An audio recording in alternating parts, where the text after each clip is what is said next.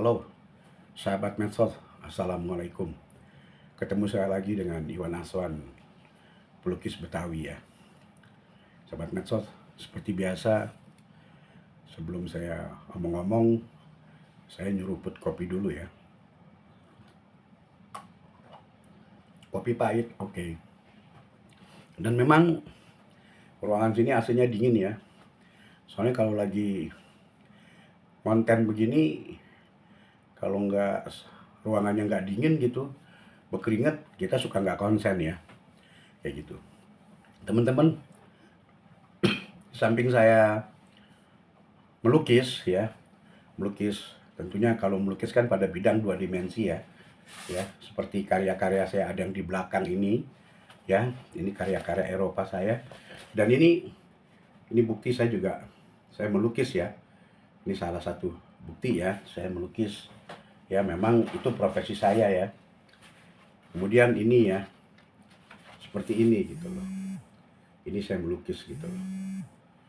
Tetapi saya sebagai pelukis juga tidak pernah memutuskan kemampuan saya dalam membuat karya-karya yang lain ya.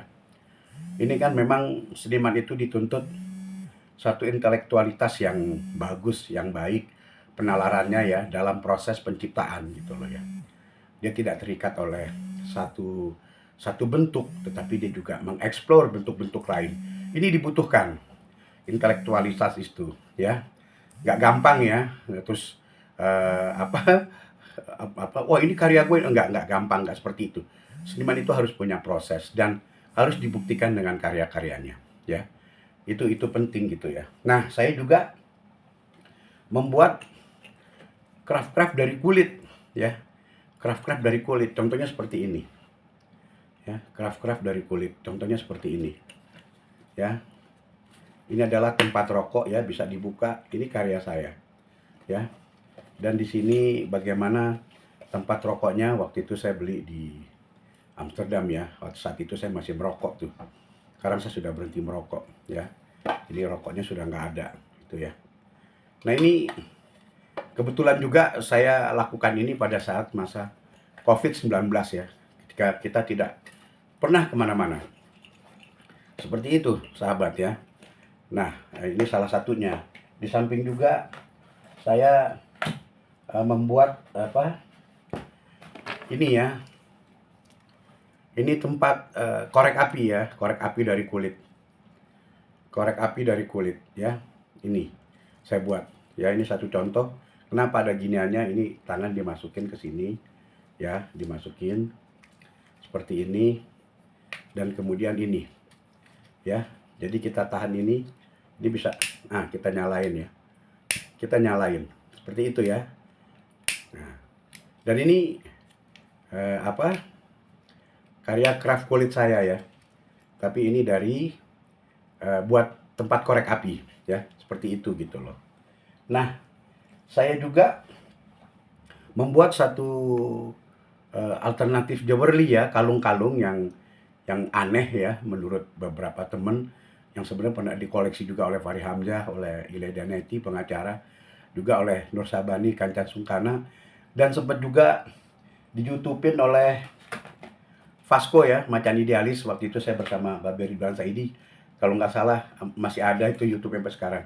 Ini karya-karya seperti ini ya. Inilah seniman intelektual ya. Ini dia harus punya karya gitu loh, harus ada perjalanan karyanya gitu loh, nggak hanya sekedar nama ya. Apalagi si orang Betawi ya, seniman intelektual Betawi. Nah, ini tuh ya, ini karya-karya nyata kayak gitu, karya-karya nyata. Jadi bukan berarti hanya melukis saya lakukan seperti itu ya. Itu kalung-kalungnya ya, kayak gitu ya. Di samping kulit ya, ya ada macam-macam lah ya. Saya buat tuh aneh-aneh kayak gitu tuh ya. Nah, ini kebanyakan konsumsinya orang bule ya, turis ya tuh ya. Konsumsinya orang-orang bule, turis ya, kayak gitu. Nah, saya pun juga nggak berhenti ya dari karya-karya yang ada.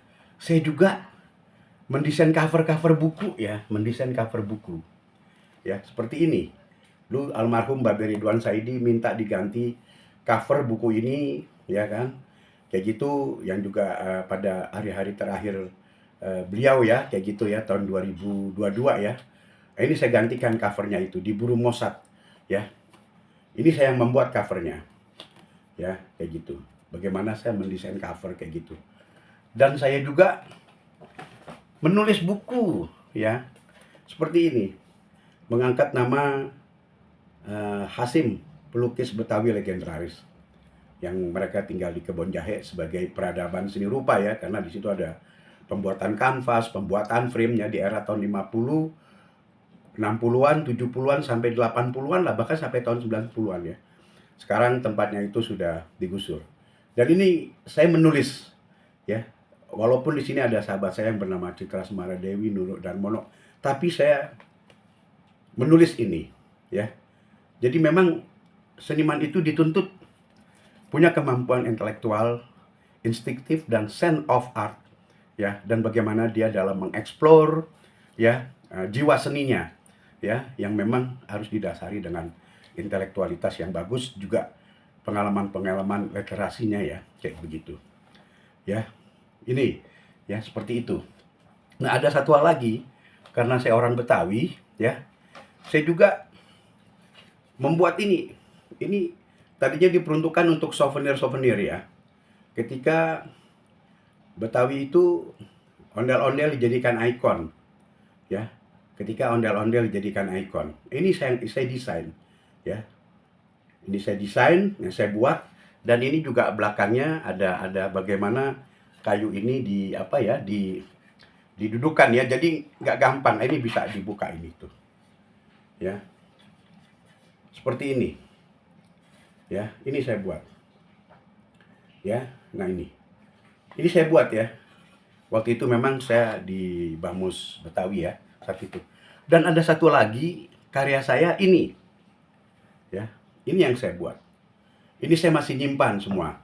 Pernah ada beberapa orang, termasuk dulu kepala dinas kebudayaan yang periode yang lalu gitu, ini dipegang oleh beliau, terus kemudian nggak berkabar, akhirnya dia bilang, untuk saya Pak, ya apa boleh buat, karena dia sudah ya, ini bisa nyala ya, ini bisa nyala nih, seperti ini ya. Ini saya buat desain ondel-ondel Jakarta ya. Ini sebetulnya untuk souvenir, misalkan pemikiran saya untuk seorang gubernur gitu ya, masa ketika dia memberikan souvenir untuk tamu dari luar negeri itu, souvenirnya tuh apa ya, ya mungkin tidak ada sesuatu yang unik, misalkan kayak begitu ya.